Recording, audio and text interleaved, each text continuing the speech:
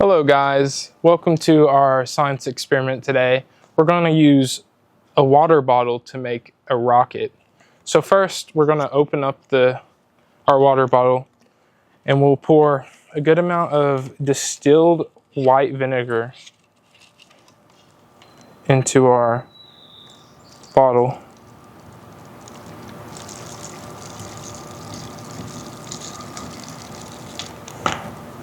That should be good enough.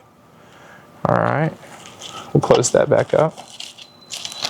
Now next, we're going to get a tissue or a toilet paper or a paper towel if that's all you have. Sorry. And we're going to take it, we're going to slightly push it in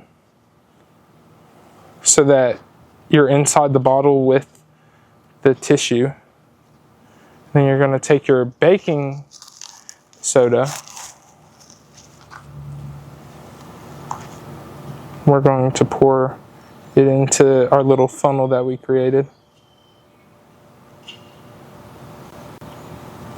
We are going to close it down with our lid. And then once we got the lid on, so let's come over here.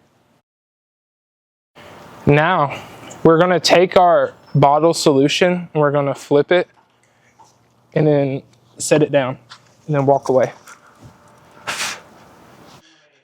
When baking soda and vinegar react, it's an acid-base reaction that produces carbon dioxide, water, and sodium acetate. The vinegar acts as an acid and the baking soda acts as a base. The reaction releases carbon dioxide, which is what causes the fizzing or bubbling that you're seeing in the video.